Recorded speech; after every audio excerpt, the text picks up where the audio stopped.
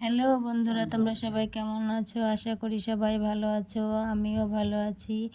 দেখো, এই যে শ্রাবণ মাসের শেষ সোমবার, তাই বাড়িতে আমি শিব পুজো করেছি। এই যে গীতা পাঠ হয়েছে, অনেক গান বাজনা হয়েছে, সেগুলো তোমাদের সঙ্গে শেয়ার করতে পারিনি, কারণ রান্নার দিকে আমি ব্যস্ত ছিলাম। এই যে আমার বৌদি ভাই আমি এই রান্না করেছি খিচুড়ি পায়েস।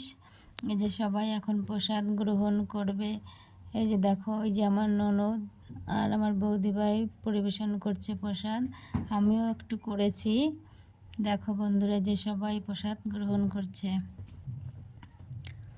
খিচুড়ি প্রসাদ পায়েস। এই যে আমার বৌদিভাই খিচুড়ি হাতে দাঁড়িয়ে আছে, এই যে আমি এই যে পায়েস দিচ্ছি।